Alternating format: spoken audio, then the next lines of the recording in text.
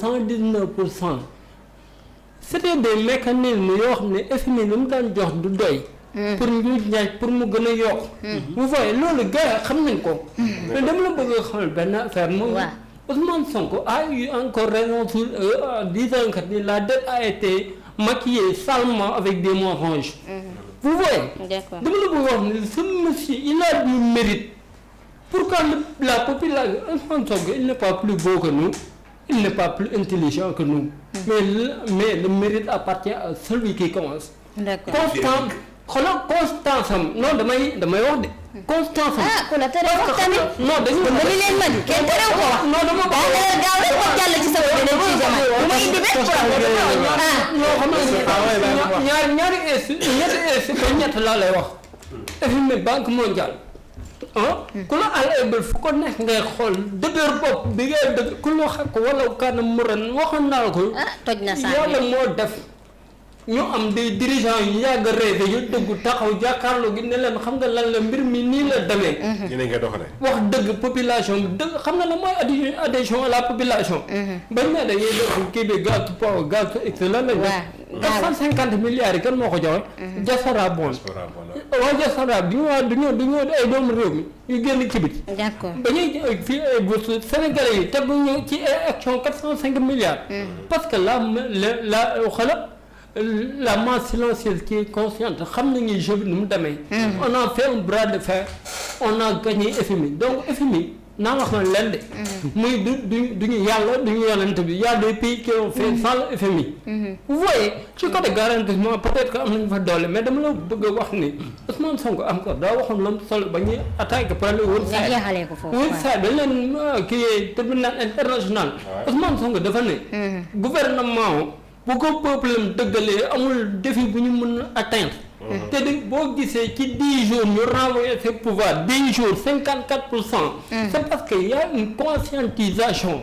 fi ñu jëm day metti wax nga ko Rwanda jar na fa mais tey boo jëlee 46 ba 47 Allemagne dañoo sonn après la deuxième guerre mondiale. après fan la jóge après dañoo ñëw. développement am gi nga dëkkante solo si meeku lu ma xat-xat yar mu neen dajay xaj. d'accord ce gouvernement là on les remercie. le président Bassirou Diomaye Diakhar Faye il l'a dit dans une lettre. 2018 kon comprendre nañu Macky Sall nag bu ko neexee diriger ONU ndax ONU du tous. on a vu ONU. mooy problème mu àdduna bi. d'accord oui mais il y a combien de gens ñu amul benn crédibilité diriger ONU ban problème la régler. est-ce que mën nga daaneel boppam. non li mu bëgg a daanelee mooy Macky mën na diriger lu ko neex. mais dama la xamal lenn. muy honte à lui. d'accord on a confié les rênes de ce pays pendant 12 ans. quand même nga modéré tuuti il a été président non mérité tout dara. Pourquoi il ne mérite plus notre respect. parce que dafa duper un peuple pendant des années. d'accord mais chat on l'appelle chat wala benn chat. d'accord ma daaneel foofu. non amul benn cër bu ñu ko war a jox. d'accord dafa dóor suñu alal. nangul naa la ko yaa ko Sénégal ñu yóbbu ko ci benn suñu terrain ba pare. yaa ko wax non mais adduna yëpp non mais il faut que. adduna bi yëpp a ko wax. waaw d'accord heureusement que dañuy xaar ba tubaab bi wax. non li ma weesu mooy lu tax gars yi. respecté ñu nos intellectuels. nos gérants financiers. d'accord nekk ci réew mi am di diriger tubaab yi. ci réewu tubaab yi. d'accord mais parce que tey. suñu bàmm nee ne teint noir du gàcce teint noir wanewul. ñàkk xam. d'accord boo demee ci institut yi gën a mag yi c'est les africains les sénégalais respectés ñoo fa ne. mais on attend une blanche dire. d'accord de cachet pour gars de cachet bi am na bu yàgg. d'accord c'est important. Pape daanaka la war a duma. ñu jàll ci leneen. te Seyni pour tëj ci point boobu noonu Ousmane Sonko il a éveillé les consciences ba tey sénégalais xam nañ lépp mais tey gouvernement bi mu ñëwee ba léegi. comme ni ko grand yi waxee sànq ils ont intérêt à travailler toujours dans la vérité après sénégalais di xam ndax sénégalais xam nga ko mënatu leen nax léegi sénégal sax day yow di waxtaanee note bi ñu jox sénégal sénégalais toog di ko waxtaanee sénégalais boo xam ne jàng na kii jàngul xam na ne A mooy kawe nga B mooy kawe B mooy gaa ngi kii xam na ne C mooy sa rythme baaxul donc tey sénégalais yi mënatoo leen nax ci lenn xam nga tu les as éveillés par rapport à la gestion de la chose publique deux tamit tu les as éveillés ak adduna nu muy doxee wala gouvernement bi moo gën a sonn sax si gouvernement yi xam nga d'accord ndax tey di nga xam ne ku faral sax Pastef donc def ñu lu yoon noonu dañuy génn toog wax ko kaas ko. D'accord gis nga Bayna Gueye. mu ngi dem si marché bi. mu ne marché bi c'est pour les Sénégalais moi je suis un Sénégalais. D'accord damay dem. D'accord. donc jaaraama Ousmane Sonko si lu ñu feeñalee le gouvernement de Bassirou Diomaye Ousmane Sonko lu ñu feeñalee. teg cachet bi maintenant nag.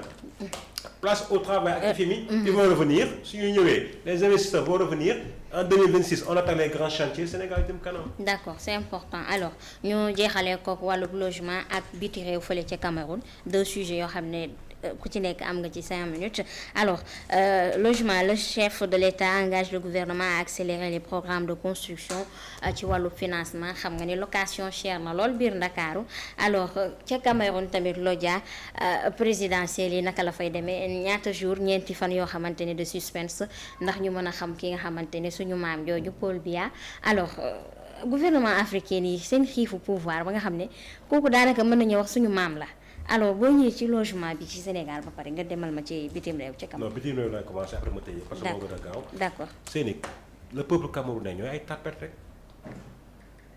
ñooy ay tapet kase. Maka Kagame kañ la Maka Kagame Paul Biya ma kañ la toog. waaw année bi ma juddoo 83. ah suñu maam la. 42 ans de pouvoir. 42 ans de pouvoir. ba pare à 92 ans nga ne da ngay présenté wu. doy na wax. il ressemble à un robot. wéerul. maintenant le peuple camerounais nag toog di ko seetaan gis nga seeni d'après les premières tendances élection yi nii am na opposants yi moo gagné même si c'est un gars boo xam ne sax mag la tamit mais kan xamal comme genre Paul Biya moom il paraît que moo gagné gars yi amagul résultat définitif ba léegi en tout cas daal lu peuple sénégalais bi def su nekkul exemple pour yeneen peuples yi surtout les peuples yoo xam ne seen président ils croient que ils ont un royaume comme le Cameroun. donc c'est un problème. gis nga sëy àdduna bi ku nekk sa bopp nga tal. gis nga soo nekk amee une population boo xam ne parce que Afrique. dëkk yëpp ils ont une population jeune. et des jeunes éveillés maintenant nag ces jeunes là suñu ñàkkee feere ba tey benn président di leen jiite pendant des années et des années et pendant des années gisoo Cameroun avancé sur front yu bëri.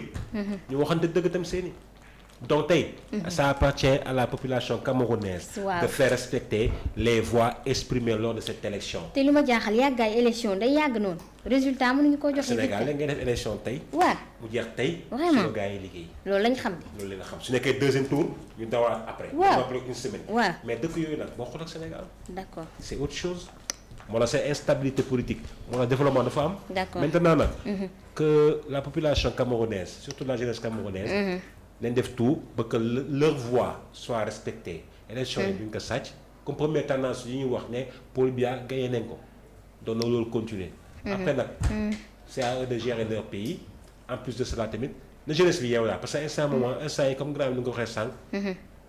le panafricanisme pour qu'il soit dëgg-dëgg dur. et pérenne. il faut que tous les pays africains bokk ci que ça soit Afrique de l'Est de l'Ouest du Nord Afrique du Sud et cetera et cetera. ku nekk communauté bi nga nekk que ça soit CEDEAO que ça soit CEMAC que ça soit Moyen-Orient que naar yi la Ligue arabe que ça soit waa Sud bi. que soit naa Afrique du Sud et cetera. donc tey nañ xool Afrique ñu ngi koy dooree benn pour mu avancer parce que l'Afrique est le devenir du monde. Europe ñu ngi en déclin Amérique tal na instant guerre bi moom ak Chine guerre commerciale bi Asie bi.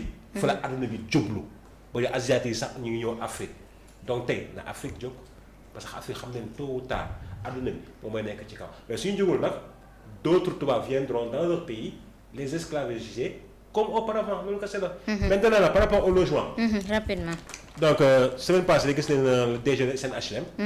Bassirou Kébé dem au niveau de Bambilor 1 pour la construction des 400 logements yu ñuy def. 400 logements yoo xam ne ça va permettre au Sénégalais lambda sama genre yi.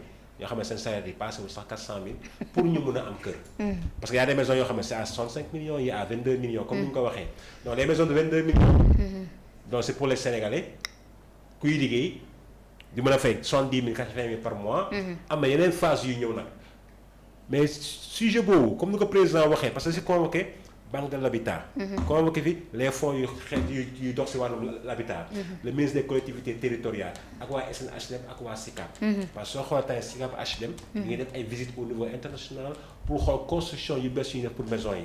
parce que seeni dañu sonn tu vois un travail nga sañ koo wax un Sénégalais travaille ba 60 ans amul. dajale ba sonn doo mën a am xool dara. sa kër maam ngay nekk sa papa fa lay nekk yow fa ngay nekk.